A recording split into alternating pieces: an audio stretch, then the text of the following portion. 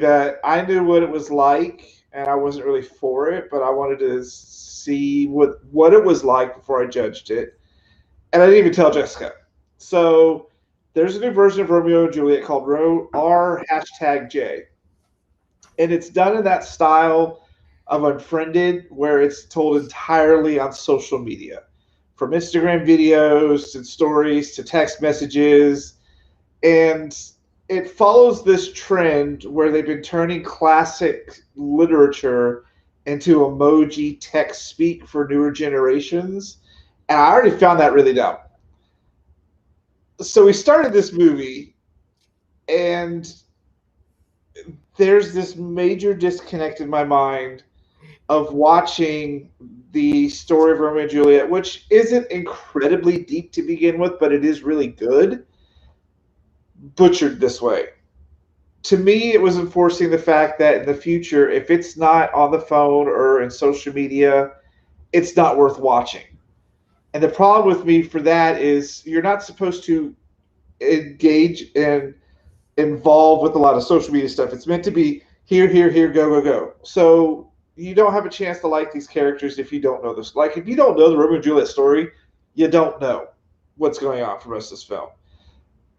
But I'm going to turn it over to Jessica, because when we started, I was surprised. So I disagree with everything you've said. There's also a movie called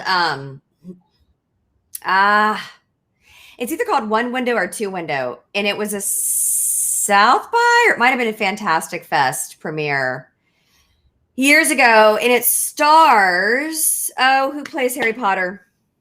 Daniel Radcliffe. Daniel Radcliffe, and the other actor is an adult film star. Is it Sasha Grey? Is that her name? Yeah. Like, you would know. You're so gay. But I think it's Sasha Grey. She is. Yeah, she's actually really cool. Like, she's donated tons of she does a lot of stuff with, like, for she donated money to help children get books. I have to Google that. I sound like an idiot. She donated money for children to get books.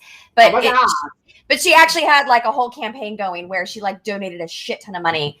I think she's cool as hell. Anyway, so same concept. You're never ever looking at the person. You're looking through whatever window they're looking at. So it's all the social medias.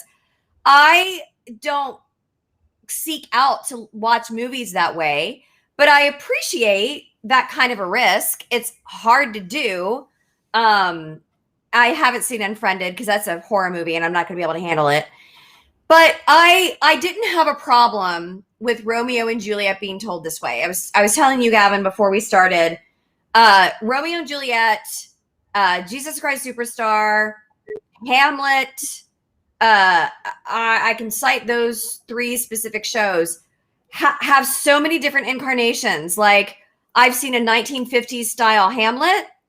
I've seen Jesus Christ Superstar. Actually, I didn't see this. It was on Broadway years ago, but they did it like a Backstreet Boys concert. So all the disciples were like a boy band, and Jesus was the ringleader.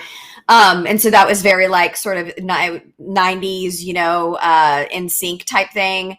And anything with Shakespeare has been done in so many different ways, modernized. I saw a Greek version of a Shakespearean play, and I can't remember which one it was. And then, like, forget it, the Greek dramas, they do all sorts of crazy things too. So I don't have a problem with them not only modernizing, because modernizing is modernizing, but I mean, they really did make it like the whole social media thing. I don't have a problem with that concept at all.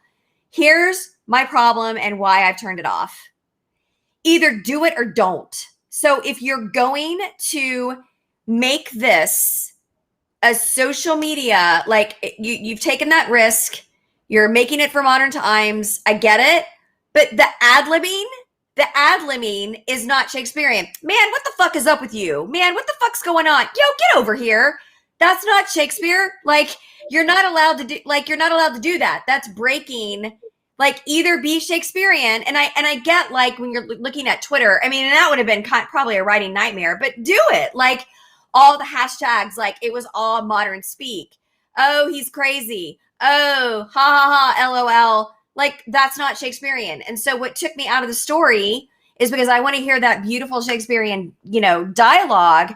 And then I'm looking at the social media and it's LOL, BRB, and it's absolute 100% modern speak. And then the ad libs at the actors are wonderful. I mean, I wanted to stay in it just for them. They're all beautiful and wonderful.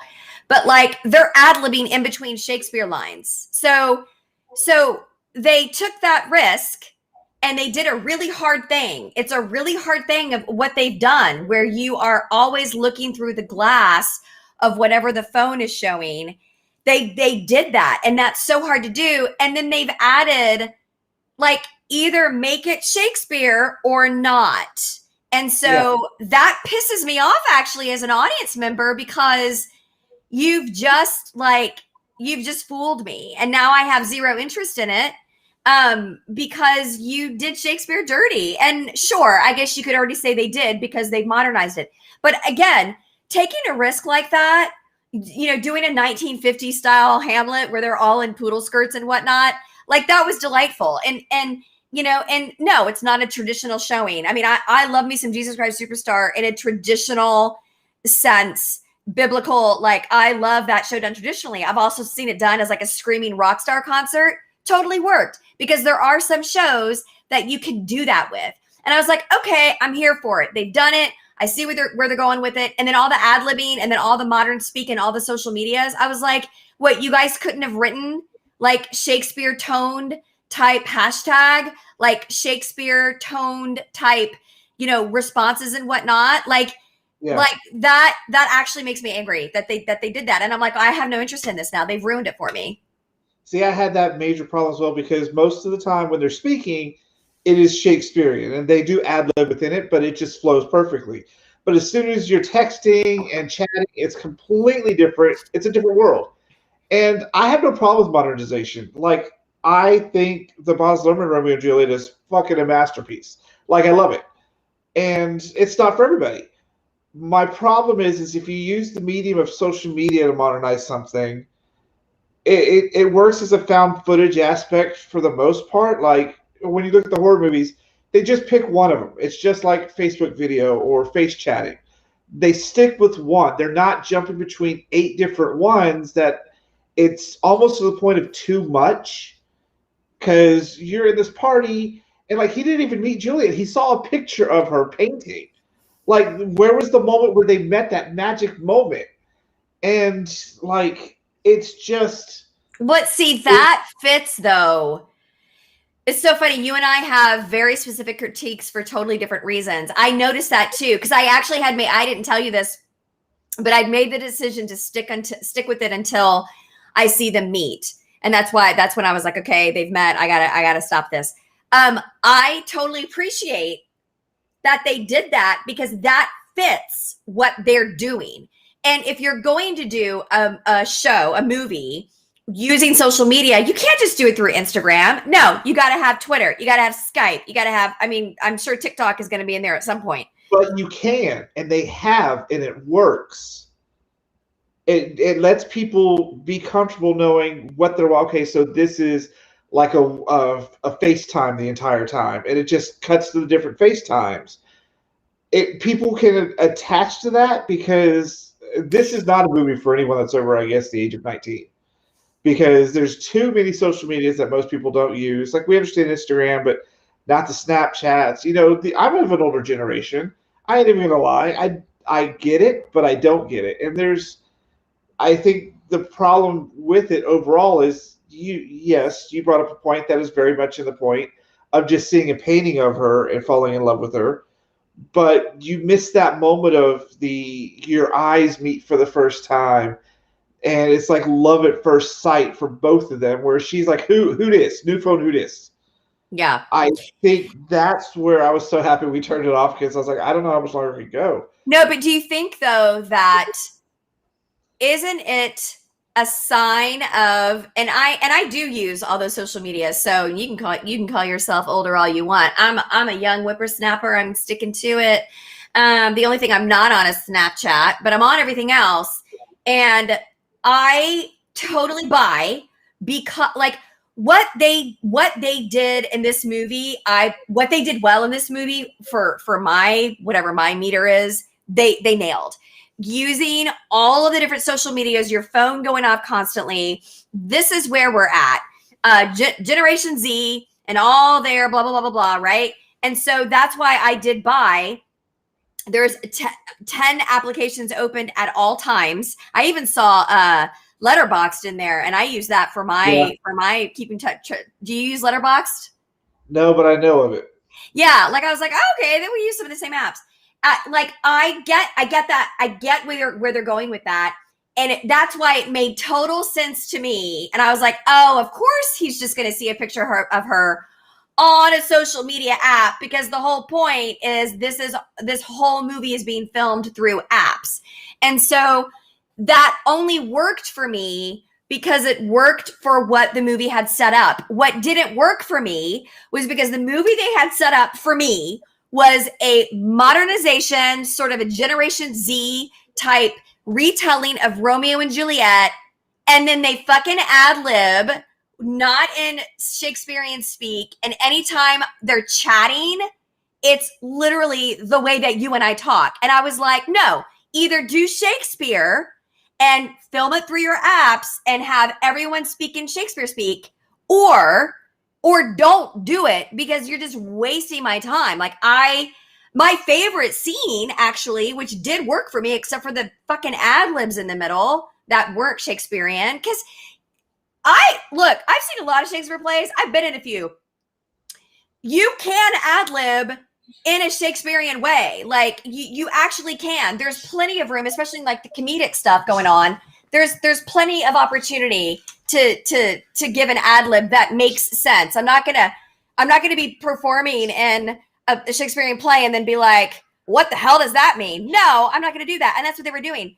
So like, I missed the point that I was actually trying to make. I lost my train of thought. So the other thing I had a problem with, so I don't know if you noticed, not everything is told from social media standpoint. There are some points, like when he was in the car, it's just a camera watching him.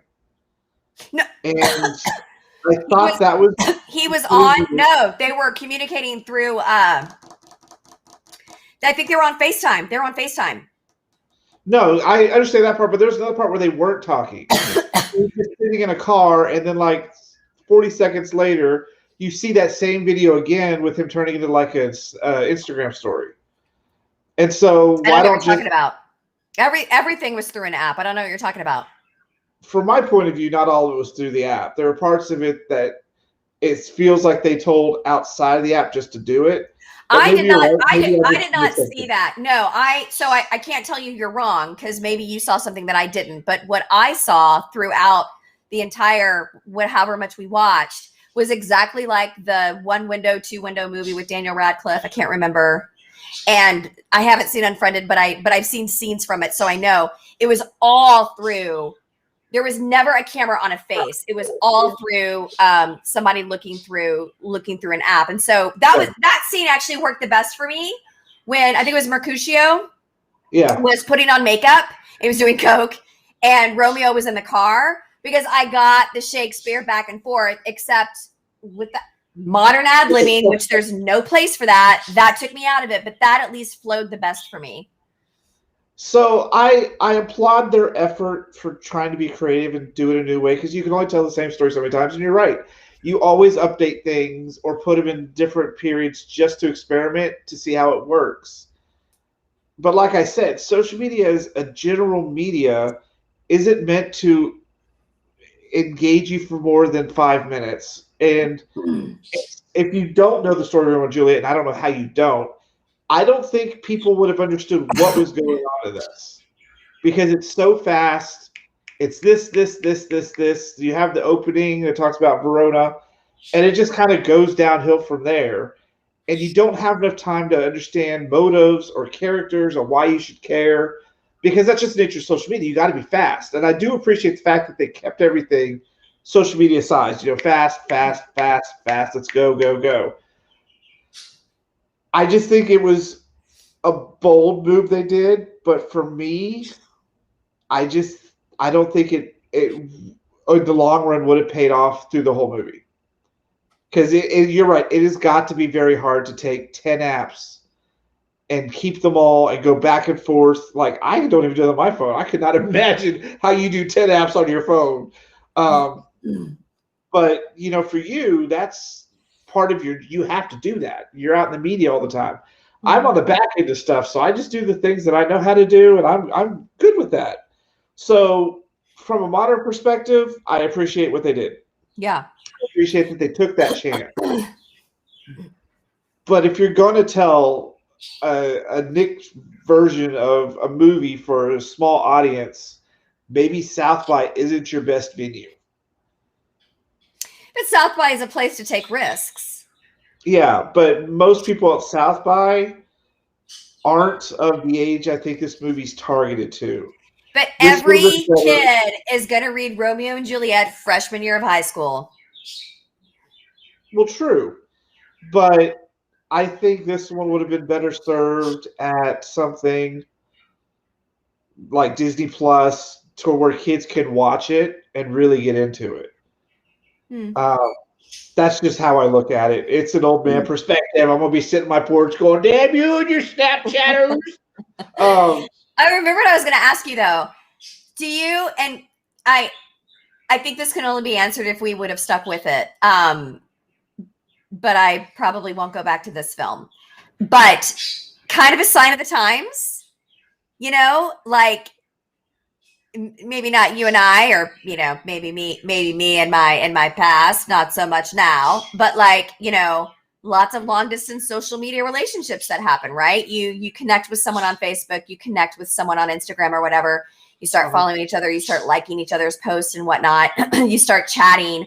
There are so many more relationships now that are online. I'm not even talking about the pandemic also being a factor there. I'm talking about pre-pandemic, people just having like long distance relationships, emotional relationships, because the internet has made this available to us. And so it was no surprise to me at all that he fell in love with her at first sight, looking at a picture on Instagram. I'm like, that is the point of this movie. The point of this movie is it's a love story. It's still a love story.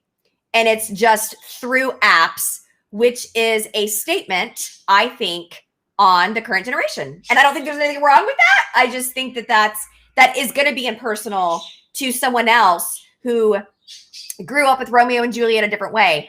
I don't feel it's impersonal.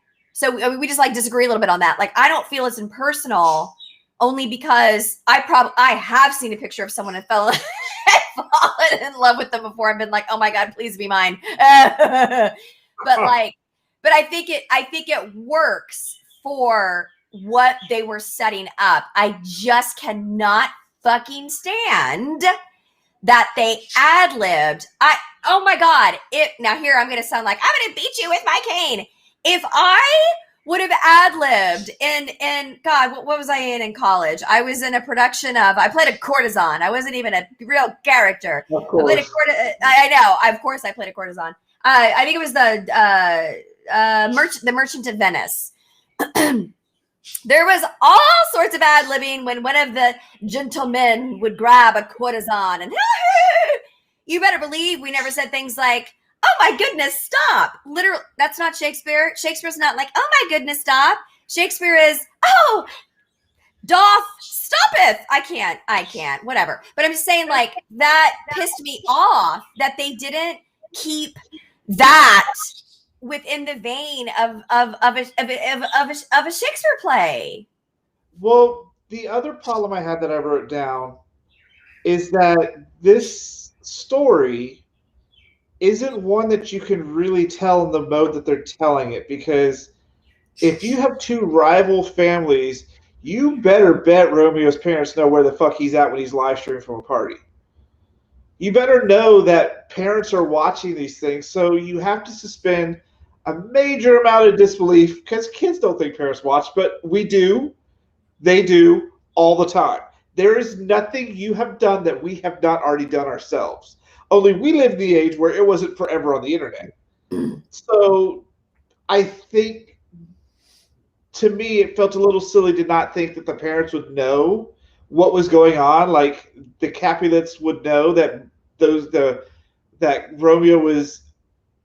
Is that right? Yeah, Romeo was in the party because their kids are all on social media and they're rivals. Like, there's a weirdness that you just kind of have to forget about, but doesn't really work in a modern time with cell phones and stuff. Like, yeah, that's the other weird problem I had with it.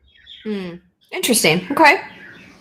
So yes, I applaud the creativity. I applaud the cast. The cast was pretty good. They knew what they were doing, but for what they were given, this was a weird choice for me. Got it. Wanted to Well, like, you already, huh? I wanted to like it, but just watching it, some movies don't work in this modern of an age. No, I hear And you. this is Yeah. one of them, I think the reality is everyone knows where you are. You're not going to sneak into a party without the rivals knowing you're there and your parents knowing you're there and stopping all this in the bud. Yeah, I'm clear on why you didn't like it, and my reasons for it are different, and yeah, it just just doesn't work for me. So we're gonna go watch some more shorts, and we're gonna watch a little while the Oxy Kings and Broadcast Signal Interrupted, which I'm super excited for because it's like a weird conspiracy movie. I think Phil's gonna watch that one with us. Awesome. And we're gonna have lots of fun. So I am glad that we at least attempted this movie. Yeah. It's one of the reasons I love this is you get to take chances on things you wouldn't normally see. Right. And me being a Romeo and Juliet junkie, I was gonna just give it a shot anyways. But then I read the description, I was like, I wonder how Jessica. I was completely shocked. Like, I am sold. I love it. And I was like, oh, let me just stick it out. I was sold until they did Shakespeare dirty, but whatever. I mean, like, I checked out. I'm done. Let's go. I was like, okay, I'm done. Yay. So yeah, we'll be back in a few hours. Check it after we watch some more shorts, and we'll do 2 more feature films tonight, maybe. And then that'll be it until tomorrow, which we have the Kevin Smith movie tomorrow, Witch Hunt, and a whole bunch of shorts because most of the day is shorts in the session. So we're going to have some fun tomorrow as well. So expect maybe 2 or 3 more reviews from us today. And thank you guys for watching. And we'll be back.